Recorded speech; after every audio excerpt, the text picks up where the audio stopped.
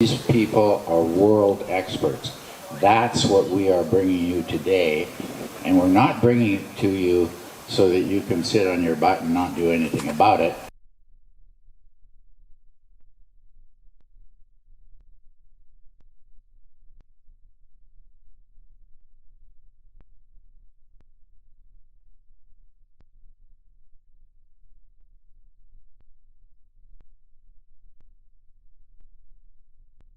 You people are armed and dangerous to the opposition. You people are the core in this town.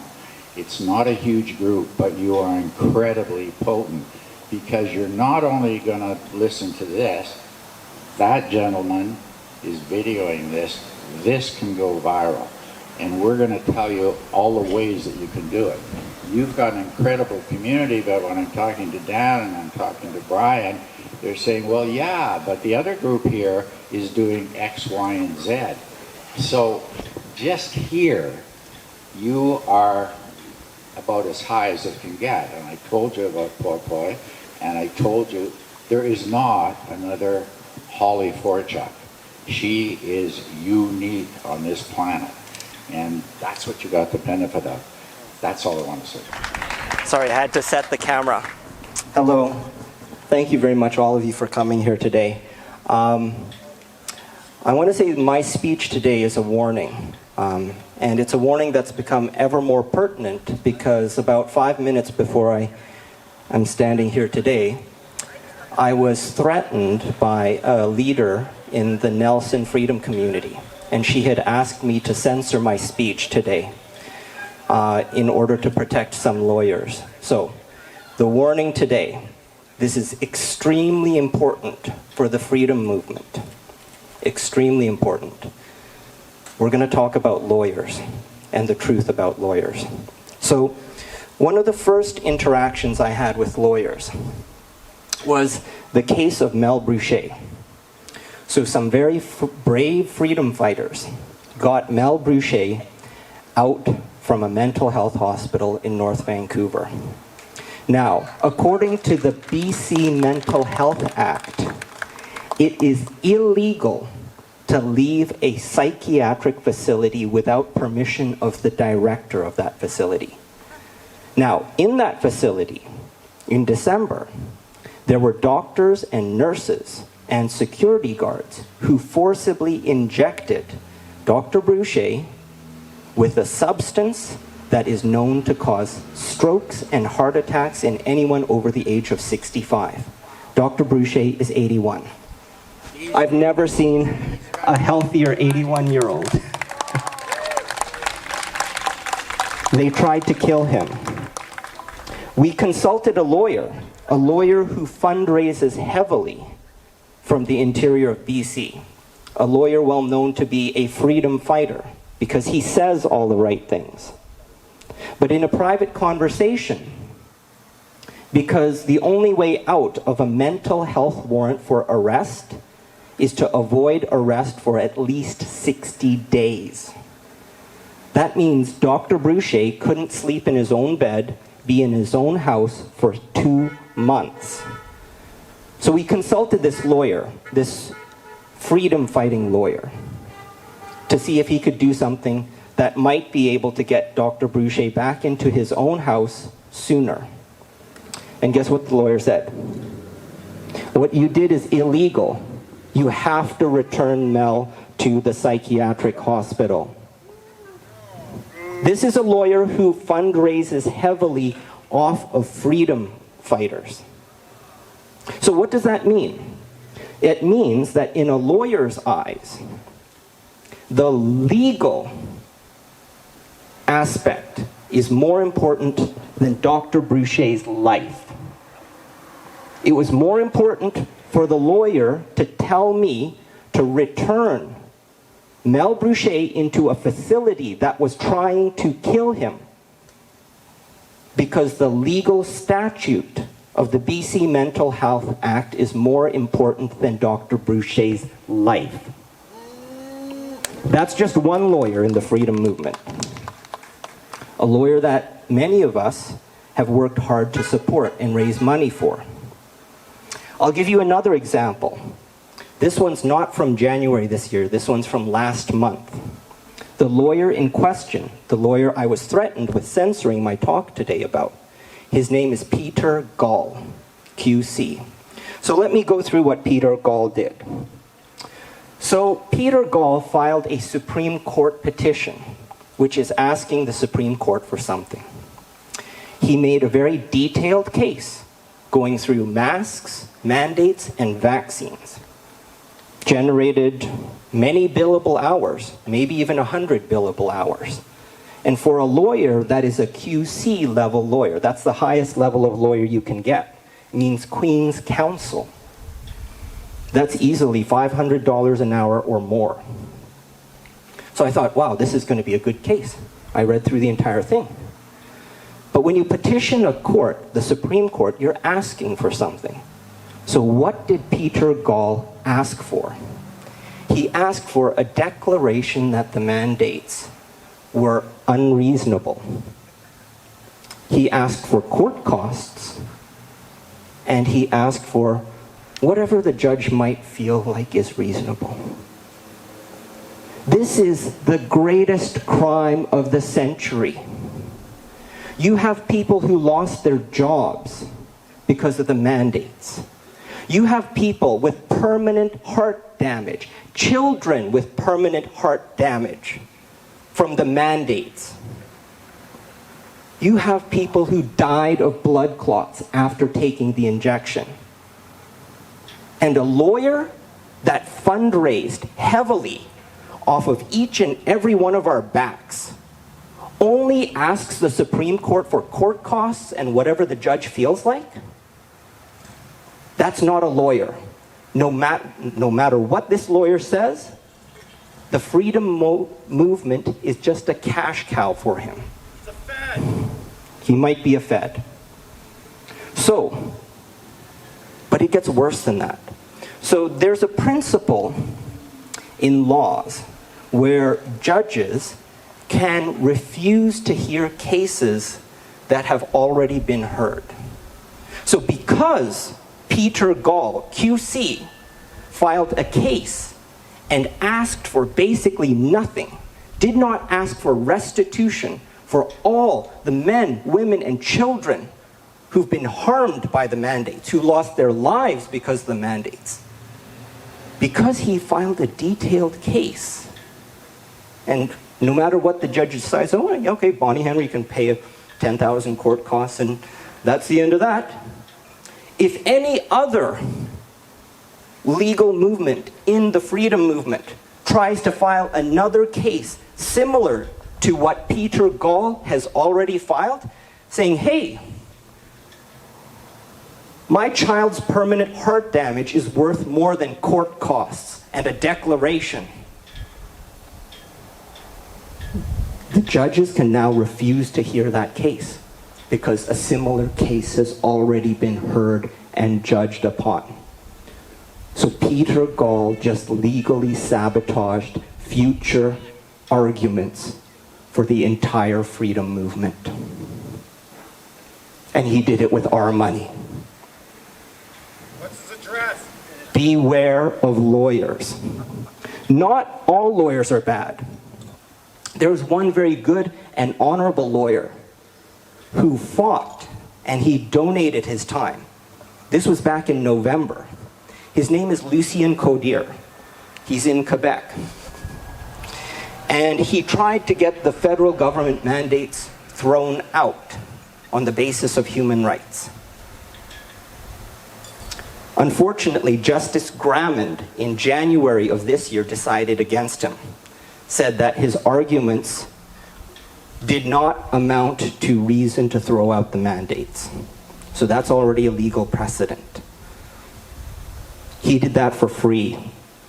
He's not going around setting up non-profit organizations to collect money from your pockets to file legal sabotage cases that ask the government for no restitution. It is one line on a Supreme Court filing. I demand restitution for all those who've been harmed by the mandates. restitution proportionate to the harms done. It's 2 lines. Peter Gall did not put that in his Supreme Court filing. Either he's stupid or he did it intentionally so that the government has an easy way out, a way off the hook. So, getting back to the title QC, any high-priced lawyer usually comes along with a title of QC, and that means Queen's Counsel. So I'm not a QC lawyer, but I imagine that the oath that QC lawyers take is somewhat similar to the parliamentary oath that each of our members of parliament take. Let me read to you what the parliamentary oath is. I, member of parliament, do swear that I will be faithful and bear true allegiance to Her Majesty Queen Elizabeth II. They also have an alternate parliamentary member oath, for those who don't like the first version. The second version is, I, member of parliament, do solemnly, sincerely, and truly declare and affirm that I will be faithful and bear true allegiance to Her Majesty Queen Elizabeth II. Is it any wonder why they call high-priced lawyers QC? They're not Esquire, they're lawyer QC. That's Queen's Counsel. No matter how much money you pay them, they're working for the Queen. What does the word corona mean? Well, corona means crown, but we can talk about that after. I want to stick to what's in the law right now. So the warning I have for all Freedom members, beware of lawyers. Because I haven't heard a lawyer in the BC Freedom Movement yet make the simplest argument. An argument so simple, it's only 1 hour of billable time. And that's this. Does any authority have the right to force you, a man, woman, or child, to take a medical experiment? That's the only argument that needs to be brought into any level of court. And the only affidavit that needs to accompany that simple legal argument is Pfizer's own study protocol. Pfizer's own study protocol says phase 2 and phase 3 of Pfizer's own trial by Pfizer's own rules lasts 24 months after the second shot. So when the vaccine came out in December, the second dose is in January 2021. The soonest Pfizer could end their experiment is January 2023. A court can decide one of 2 ways. A court can say, well, no, nobody has the right. No organization, no person, no prime minister, no dictator has the right, no monarch has the right to force another man, woman, or child to take a medical experiment. Are these COVID vaccines a medical experiment? Well, it says so. It's a medical experiment till 2023, at the minimum. It's probably a medical experiment that lasts a lot longer. So any authority, whether it's your boss, the city, the provincial government, the federal government, anyone who coerced a man, woman, or child into taking a medical experiment that is proven to be a medical experiment by Pfizer's own documents is guilty. Once there's guilt, then damages can be sought for. But you know what? That argument takes less than an hour of legal billing time. And I have not seen a single lawyer put that argument to the government yet. So beware of lawyers. If you retain a lawyer, if you pay money to a lawyer, you can capture that lawyer's honesty by making that lawyer swear an oath to you or your own organization above all others. That way a lawyer, if he breaks his oath to you by signing your oath of loyalty, because he has an oath of loyalty to Queen Elizabeth II, that lawyer will be in dishonor. And there's Masonic punishments for that.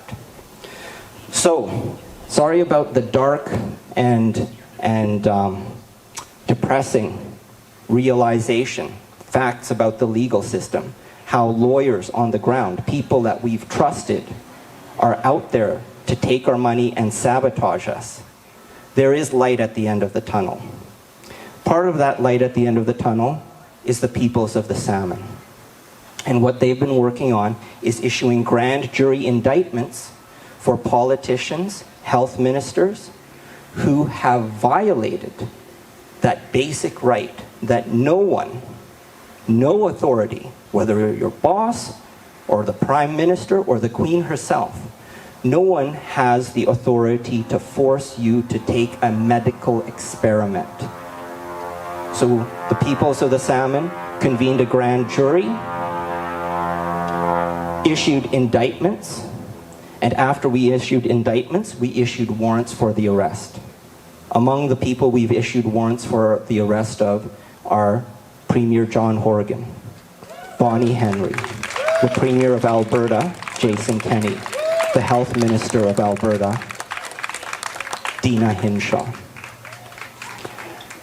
However, I want to expand the amount of people that we can help.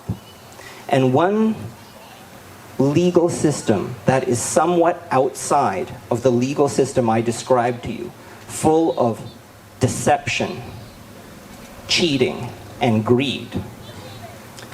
There's something called a legal system of court-martial, and that's a legal system that only exists within a military. So I wanted to send this message out to any soldiers. If you know any soldiers, are friends with any soldiers, or have friends who are soldiers, please ask them to get into contact with Peoples of the Salmon or me. Because under international law, and that's the Rome Statute that was signed by 123 countries, the Rome Statute says, and this is paragraph 2 of Article 8 of the Rome Statute. This is an international war crime. A war crime is subjecting persons who are in the power of an adverse party to physical mutilation or to medical or scientific experiments of any kind. So, if your friend or your friend of a friend or your friend of a friend of a friend is a soldier, and he received an order to take a medical experiment, something that is proven by Pfizer's own documents to be a medical experiment, at least till January 2023, that soldier's commanding officer committed an international war crime. And in the military, when a commanding officer or a soldier commits a war crime, that military has to institute a court-martial. That's a military court. So, any soldiers you know, please contact me. I will show them the paragraph and the section of the Rome Statute that their commanding officer violated when they ordered the soldier to take a medical experiment. The next step, there's two choices. Either the Canadian military follows through with a court-martial and remains in honor to the International Criminal Court, or the Canadian military refuses court-martial. If the Canadian military honors the court-martial, as they should by international law, do you think the sergeant wants to take all the blame for having committed an international war crime against a soldier he commanded over? I don't think so. The sergeant's going to be, hey, I got the order from my colonel to tell my soldiers, get the vaccine or else. So then now we have two levels of command under court-martial, the sergeant level and the colonel level. And who knows how high that will go up. However, there is a possibility that the Canadian military might put itself into dishonor by refusing to hear a court-martial from a lowly soldier, an infantryman, a sailor, who says, hey, Rome Statute, Article 8, Paragraph 2, says forcing me to take a medical experiment is an international war crime. Why are you denying me a court-martial? Then we have to go to a higher authority. One higher authority is the International Criminal Court. Having the International Criminal Court court-martial Canadian military sergeants and colonels and generals for an international war crime, just like happened in World War II with the Nazis. That's one higher authority, the International Criminal Court. The other higher authority is the peoples of the Salmon. And why is an Indigenous, an original peoples group, a higher authority than the Canadian military? It's because the peoples of the Salmon, the original peoples of North America, can claim existence and habitation of Turtle Island, North America, from 50,000 years into the past. We're no longer talking about a legal system, a court-martial system, a government system that is 300 years old, because that's what we're living in right now. The Crown Courts, the Crown Supreme Court, the military courts, those have been in existence for less than 1,000 years. And on Turtle Island, on North America, less than 300 years. So you can claim a higher authority if you have the first right to the land, that you were a society that was living in existence prior to the latest edition of society, which is the past 300 years. So under a tribal authority, a tribal court-martial, we can say, we are very sorry, soldier, that your own military has refused to hear your court-martial. Thank you for coming to us as a higher authority.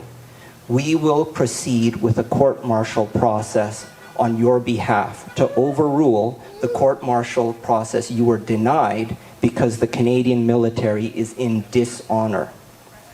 So what would that look like? We will convene a grand jury. We will hear that soldier out. Was he forced to take the injection? Is he paralyzed from the waist down after? Or does he have cancer all of a sudden when he was previously healthy? And then we will cite the International Criminal Court's Rome Statute and say, yes, you are subjected to a medical experiment, and that is a war crime. The adverse power under which you were subjected to that war crime was your own chain of command. We decide that you have been wronged, and we will issue a judgment. Now, the enforcement for that judgment, that will take some time to build the infrastructure, because that means the original peoples under tribal authorities will eventually have to take over the chain of command of the Canadian military. But this idea, this truthful idea, is very, very dangerous to the powers that be. Because can you imagine every military in the world with a soldier who is subjected to a medical experiment court-martialing their chain of command? Soon we will have every military in the world with a chain of command put into dishonor for having committed an international war crime. When armies no longer have a chain of command, there are no more international wars. This, us with peoples of the Salmon, we might be the beginning to world peace. Thank you very much.